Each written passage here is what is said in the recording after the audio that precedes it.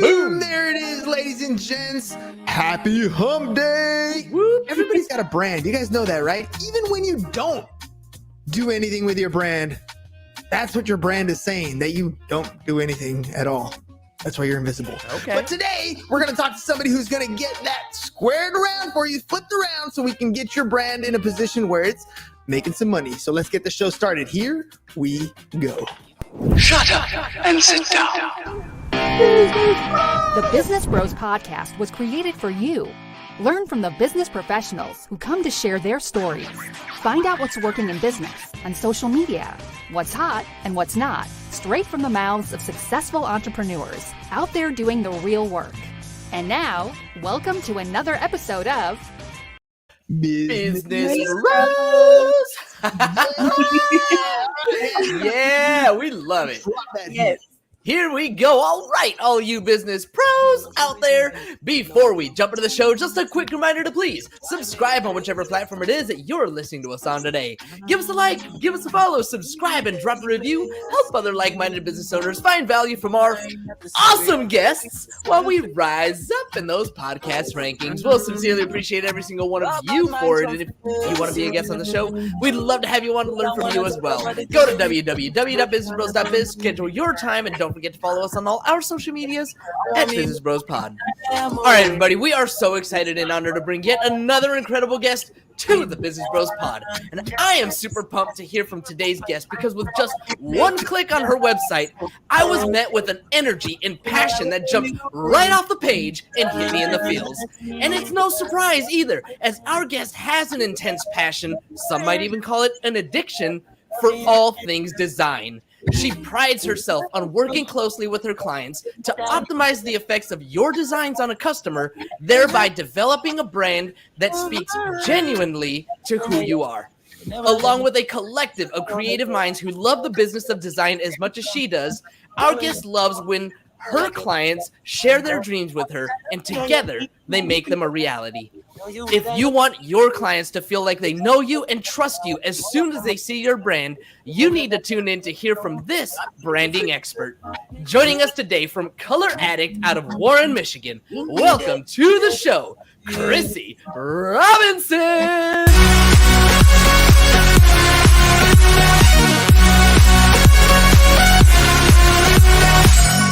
Woo! There it is, Chryssy. 3 minutes into the Business Bros podcast. I don't know how many shows you've been on or what you've done. What's your experience so far? What's it like? Oh my gosh, the energy is great. I just got to say, the energy is absolutely great. Was not expecting it. Wide awake now. Let's do it. I'm ready. Hell yeah!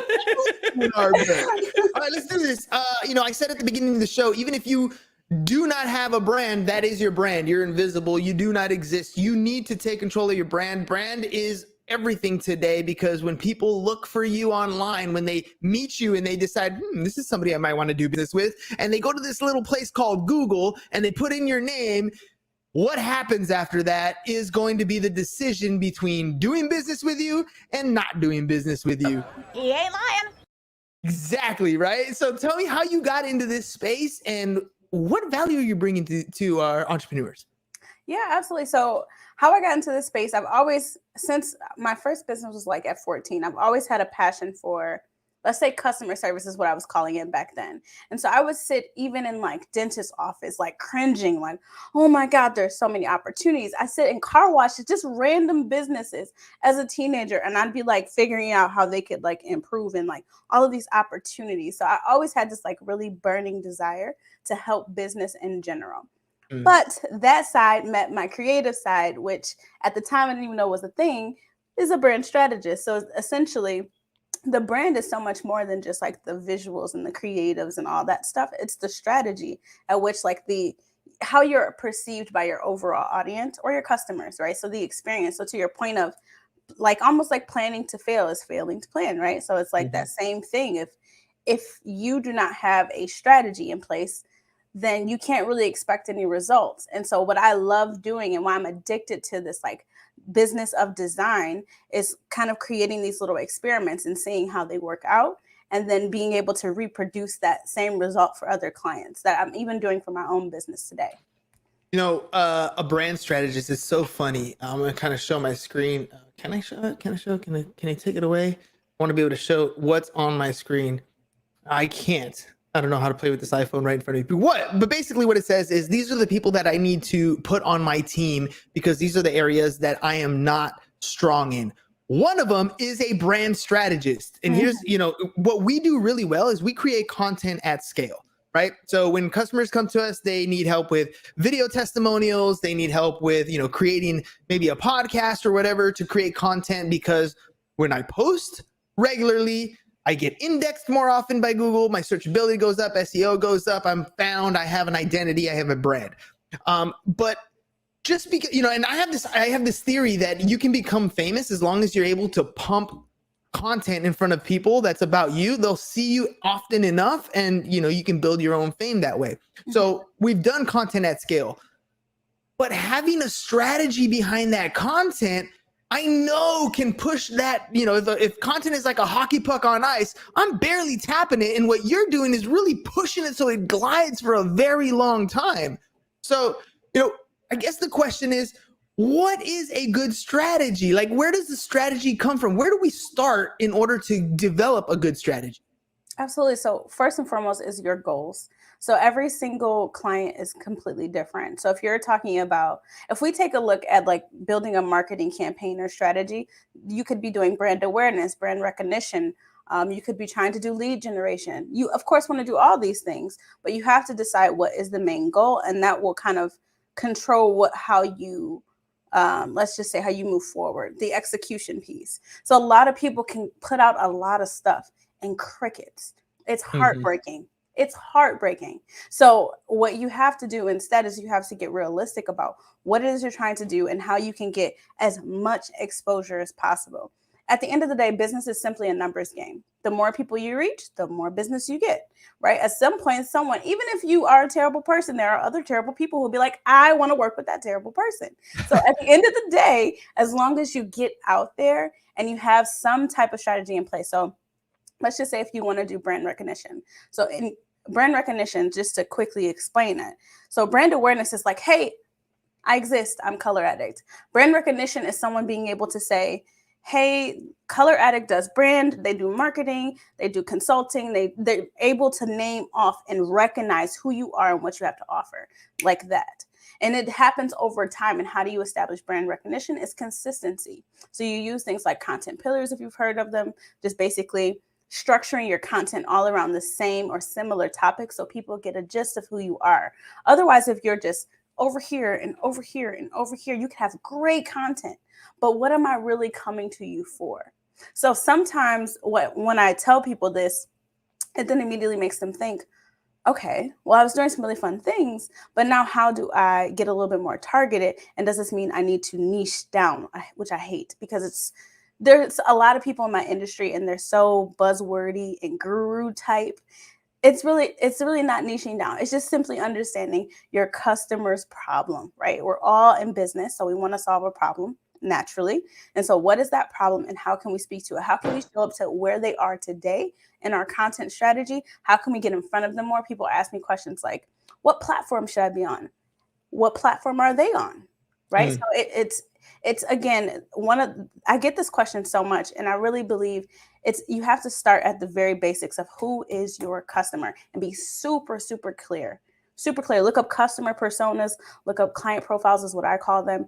Build something very detailed. Don't stop at the demographics like most people. You start there, and it will tell you so much about how you need to show up and where you need to show up and how often you need to show up. Some people don't like email.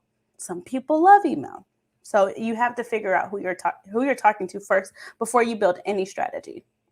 You said don't get stuck on the demographics, and I feel that happens a lot. I know because James and I will sit down and be like, okay, who are we talking to? And then we'll start off with like some generic thing like, we're talking to males between 25 and 45 years of age who are self-employed, right? And then what? Like, how do we, what questions can we ask? I know you said, Google some profile forms, but what can we ask to kind of dig a little deeper to really identify? Because I remember reading Russell Brunson's book, Expert Secrets, and he's talking about how His guy is Mike. I'm sorry to bug you, but can I throw this in here? It's like, it's not just like what questions to ask, but I feel like it's what do you do with that information afterwards?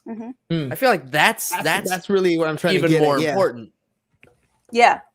So I want to hint on both of those real quick. So what questions to ask is actually really important because based on the answers you get is how you know what to do with the information. I'm going to give an example in just a second. So let's just say, for example, if we stop at 25 to 35 self-employed male, that's literally so many. So a question that you might want to ask, and I mean this literally as well, because client interviews or customer interviews are a great way to understand who your client is and what they're actually trying to do. So if you haven't done that, do that for sure. Any of your like top listeners, definitely listen in and say, hey, can we reach out to you? We just want to interview you. It's just a 10-minute call, and just ask them questions like, what other things do you listen to? What are you struggling with? What stage of business are you in? Because there's certain things you can talk to about new entrepreneurs that further down, like there's so much content for new entrepreneurs, but unfortunately when it comes to like us more established and functioning businesses, there's not a lot. So who are you catering to there? Are you more established or are you more newbie getting started entrepreneur? So that's an example. So based off, let's just use that. So let's just say established entrepreneur, you know now that you got to go deeper and get those real experts and understand his particular problems, which are probably things like growth and expansion, growing his team, building systems, right? So understanding what his actual problem is, now we know what to talk about. And we also can understand, we can come to a conclusion, and I would ask him, using your example, of course, I would ask him also what types of tools or systems or platforms does he use to look up advice? Maybe it's YouTube. Maybe he's on Pinterest. I doubt it. But like maybe he's on these particular platforms looking for answers, right? So a question I love to ask when I'm doing customer interviews is something like, what keeps you up at night? What are you Googling, right? Like when you're laying down and it's 2:00 in the morning and you cannot sleep, as we all entrepreneurs can't sleep. We can't sleep. So if you're laying there 2:00 in the morning, what's that thought that comes across? You're like, oh, I got to do that. That's what you speak to. And then wherever he's actually Googling those answers or looking, it could be Google, it could be Instagram, wherever he's looking for those answers, maybe it's a networking group, right? That's where you show up. So now based on what we've learned, right, we now know how to show up and what to say and what he's looking for. That's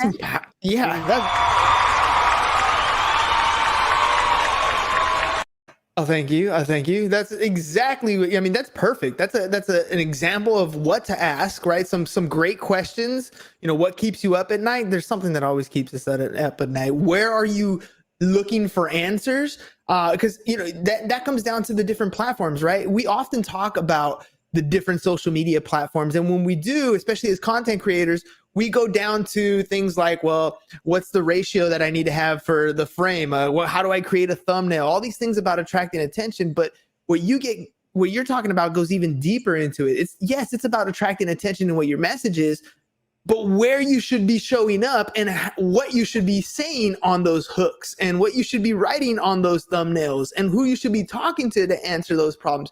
That's much more in depth. I mean, I would say, you know, Celine, clip that. Celine's my VA, right?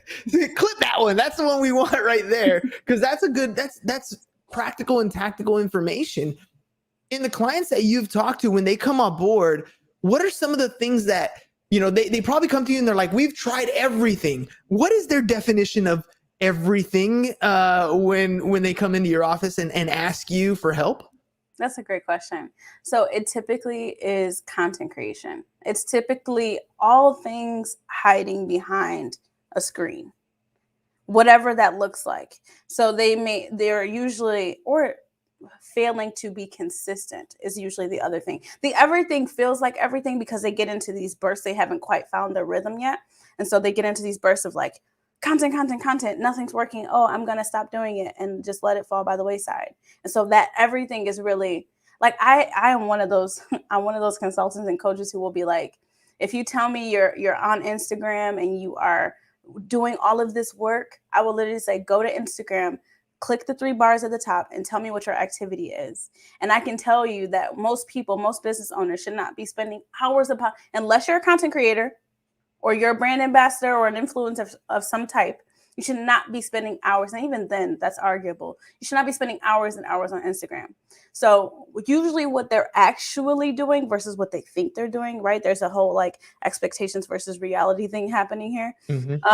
What they're actually doing is they're on Instagram like with no purpose whatsoever, no intention, no strategy. They are posting, oh, I forgot to post today, posting a random thing or sharing someone else's thing with a quick, if anything, caption, and trying to keep up that consistency sometimes is what they get distracted in. So I actually don't really, it's kind of funny. I actually don't really recommend like investing a whole lot into content marketing, depending on who you are. And when I say investing a whole lot, I mean of your time. It should be an automated system that's streamlined, very easy to set up, boom, go. Like just, it's a pipeline at this point, because at the end of the day, as solopreneurs, we have a business to run and we are not content creators. So one of my first steps when I talk to new clients is I understand what their systems are when it comes to marketing, and we strive to like automate that, streamline it so that we can focus on real business, like exposure opportunities, connecting with other entrepreneurs, doing some other like advertising, doing direct sales. Direct sales has not died. Email marketing, even. Direct sales is super necessary. Usually the work looks like playing business. It usually looks like I got my LLC, I got my business card, and I got some person on Fiverr to create me a $50 logo. That's usually everything that they do that's not working. Or they might have someone to create a website and it's not working. But they haven't had someone say, well, you have to drive traffic to this website. You still got to show up every day, if not more than your 9 to 5. So they haven't had that like mindset shift. And that's why I would even say for you guys, when it comes to the content that you're posting, it's important to do these customer interviews, because in my very own, I learned what I thought my customers and my clients were looking for was so different. Until this day, they still come to me for this thing. And I know in my calls, when I address them, I have to get them from what they believe they need to what I know will actually give them results. Right. And I can talk more about that, kind of like my own experience in client interviews too. Yeah. Well, that's what sales is kind of all about, right? Like, you know, what you're expressing right there is, I have a pain point and I believe my solution is this. So when they come into a call with you, it's more like they're trying to tell you what to do, and you're trying to convince them like, look, I've done this so many times. That is not, you want this result. This is actually the plan of attack. Let me show you the map that actually gets to the treasure that you're looking for at the end here. Right. So what's that conversation like? You know, tell me more about that. How do we get them to understand? You know, I'm big on content at scale. If you were talking to me, let's use the show, for example. If you were going to help me, and I'm telling you, look, I podcast every day. I create clips on my Instagram. I'm just not getting the attention that I need. What do I do? You know, what's my pain point? Where am I going? How are you going to take me to that solution? So first, I would definitely do an audit, take a look at what you're actually doing, take a look at what the content, the substance is. And if we don't have any idea of like what our customers looking for, again, take a step back and do those client profiles, because what you'll learn in those is what kind of topics to talk about on the podcast, right? Mm-hmm. Maybe it's not reaching the right audience. Maybe it's a hashtag strategy. Maybe it's advertising. Maybe it's larger, like, maybe larger guests, or even more like strategic guests, right? So depending on what the challenges are and how you learn about that is, of course, in the analytics. As a strategist, I don't do anything without looking at analytics, because how can you know where to go without looking at where you've been? It's like, It's crazy to me that some people are just like, yeah, we're just going to do this thing and never look. Some people are on Instagram for years and never look at their analytics. And I'm like, that is like the juiciest part. Common sense. It's the juiciest part for me. It's like candy. It's like, I love showing people different things that they can do inside of the insights, inside of Instagram. And if you have a scheduler, they always have, you learn so much. So my first step, to answer your question really directly, is I would look at those analytics.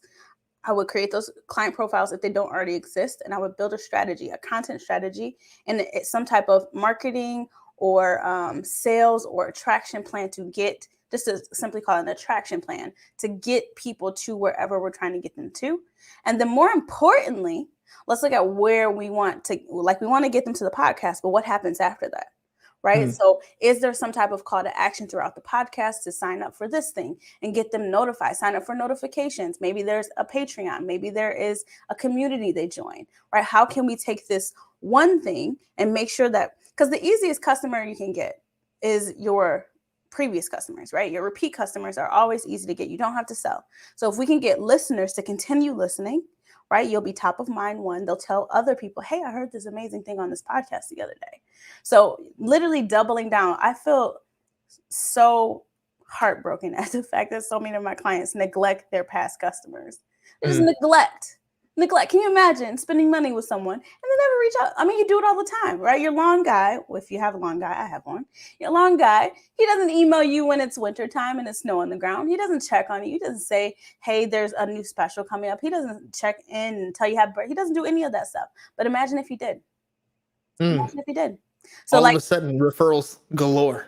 Exactly. And it keeps you top of mind. So even if I'm not necessarily like your brand champion, right? So that's what I strive to create, is brand champions, people who champion your brand. They're literally your sales team, right? I don't even have to do sales as much as I used to because my clients literally send me so many people. But anyways, so if you've done the work and you've created this brand champion, and let's call him Ken. Ken is talking to Susie, and Susie's talking about, oh my God, I'm so tired of cutting my grass. And my God, you're going to be top of mind and say, oh, this person right here, I just got an email from them. You might not say that, but you remember them because you got that email, or you remember them because you got a Christmas card, right? It could be the small things. Like one of the things, again, looking up customer delight. Branding is so huge, which is why I'll say a lot, look up things. I like to name drop to give you research, because customer delight is a whole thing. It's a whole thing. I did an Instagram live on it. You can definitely check it out.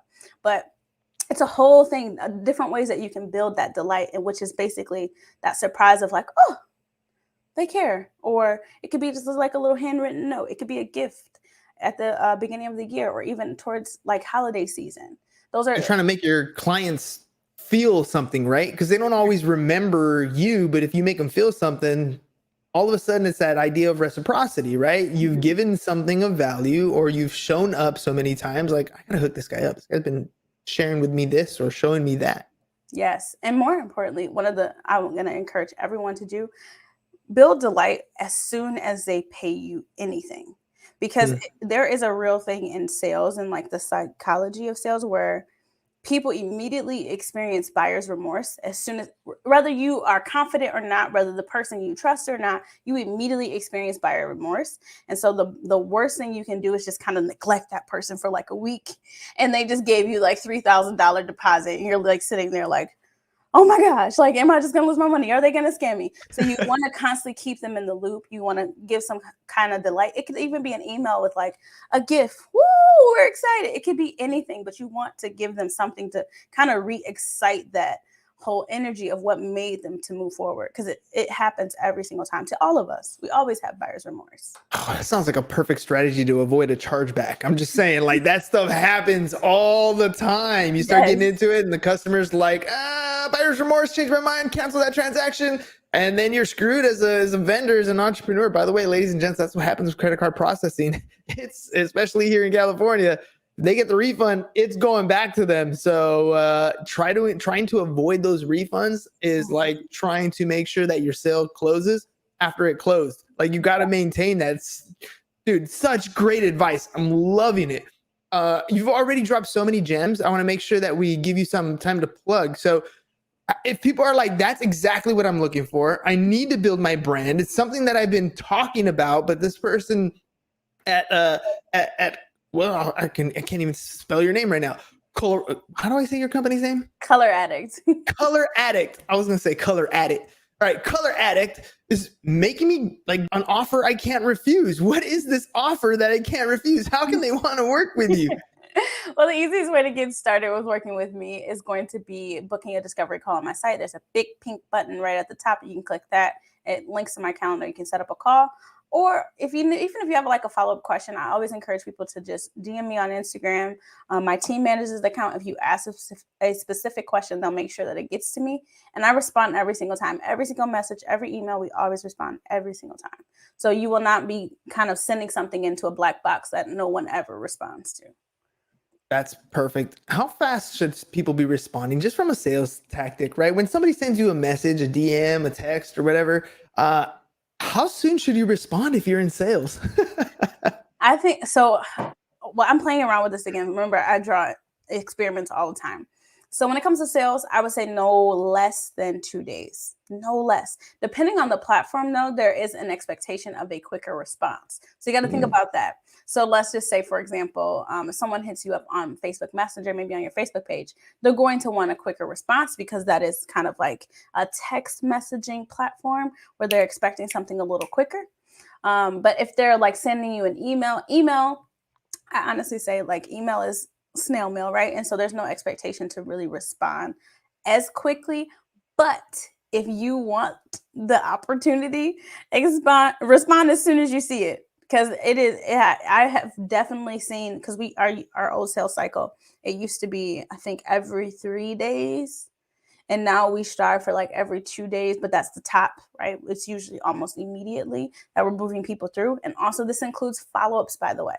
So if you've already connected with someone, let's say they responded to some type of lead magnet you have out and you started a conversation, but maybe they've just kind of died off. Don't be in your feelings about that. Okay, people have lives. They could have opened that email and then, oh, someone's calling, or oh, YouTube or Instagram just sucked me into a dark hole. So don't get in your feelings about that. Simply respond or follow up in a couple days.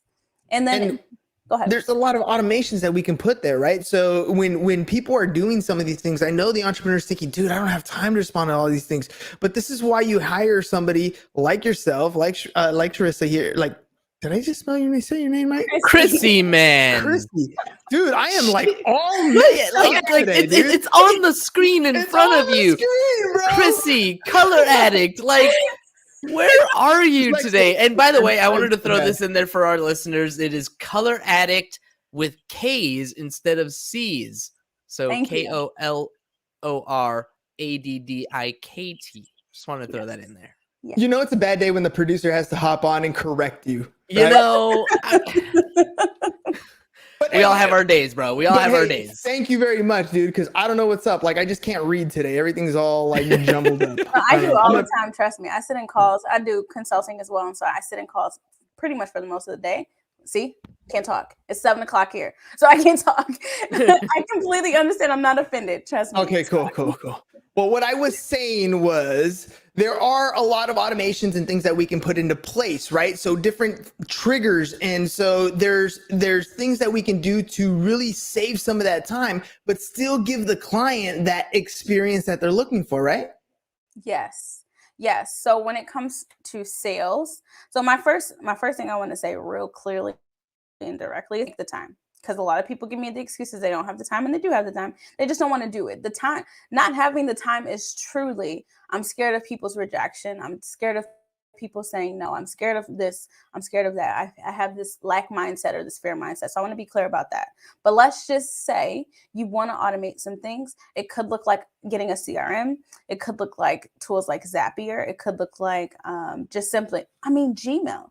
Even Gmail does this thing where if it detects something needs a response, it will automatically say, hey, do you need a follow-up on this? So even just using the tools you have, because sometimes I don't like to overwhelm people with like tools and systems. This is because it feels all out of reach. It feels like fuzzy land for business. And they're just like, oh, rainbows and unicorns. I'm gonna grab all these tools and my life is gonna be amazing. And it doesn't work that way. So again, make the time. The tools are to help you, but they are not to like necessarily save time. You're still gonna have to put in that work, especially when it comes to closing on that lead. Absolutely. Automations make all the difference in the world. All right, Chryssy at coloraddict.com with K's instead of C's, because James made sure I corrected it. Ladies and gents, that's what it's all about. Look, you have a brand, you need to build your company, and that requires you to prospect and to market your company. You need to have one-to-one conversations, just like you need to have one-to-many conversations, and really dialing in where your messaging is coming from by understanding your customers and what their problems are is the key to success. And I know it's not easy, and I'm telling you from my own personal experience, 849 episodes in, and James and I still have this conversation all of the time. So I understand your frustration, but there are people out there who are really good at that space, and they're sitting right here on this show. So Chryssy and coloraddict.com with K's instead of C's is where you want to go check it out. Just do the discovery call, ask the questions, let her ask you questions, dig a little bit deeper into that mind. And I promise you, the hardest thing that you have to do is think, because once you get it out, you put it on paper, you have a plan of action, you're going to start to see progress, and you're going to start to see things take off. Chryssy, you've been an amazing guest on the show, very enlightening. We are huge. I mean, like I told you, we do content at scale, so we're big on testimonials. What was your experience like being on the Business Bros podcast? Well, I will say I'm on a lot of podcasts, and this is one of the most fun experiences for sure. Definitely high energy, definitely like I love all of the editing and the effects and stuff. So I think you guys are doing an amazing job. Amazing job. Sweet. Well, that's it, ladies and gents. One more time. coloraddict.com with K's instead of C's. Make sure you guys check that out. We'll see you guys again next time. Chryssy, thank you very much for being a guest on the program. And ladies and gentlemen, happy Veterans Day to those of you who are out there who are former vets. Thank you. I know it's the day. There you go. But I know it's also the day where we honor people who have tomorrow though. It is tomorrow, but okay. I don't actually, we do have a show tomorrow, huh? Oh, I don't know. Oh, no, we don't. That's why I was doing it today. See? That's why I was doing it today, bro. Thinking ahead. I love this guy. That one I did get right? Couldn't say the name of the guest, couldn't say the name of the show, but knowing that tomorrow's Veterans Day, that one I did get right. All right. Nailed it. Well done. So happy Veterans Day, ladies and gents. Honor our vets, especially if you're here in San Diego. We know we see you guys all the time. I literally run around a military community. So thank you guys very much. Appreciate you all. We'll see you guys again next time. Peace. And we're out. Thank you for listening to the Business Bros Podcast. Are you looking to get more clients or to increase your income? Hernan, the business bro, can help you generate referrals through the power of podcasting. And James, the insurance bro with Pipeline Insurance, can help you effectively add insurance to your existing business. If you are ready to create wealth today and generational wealth for tomorrow, email businessbros@siasfirst.com to schedule a free consultation, or join the Business Bros Network, www.businessbros.biz.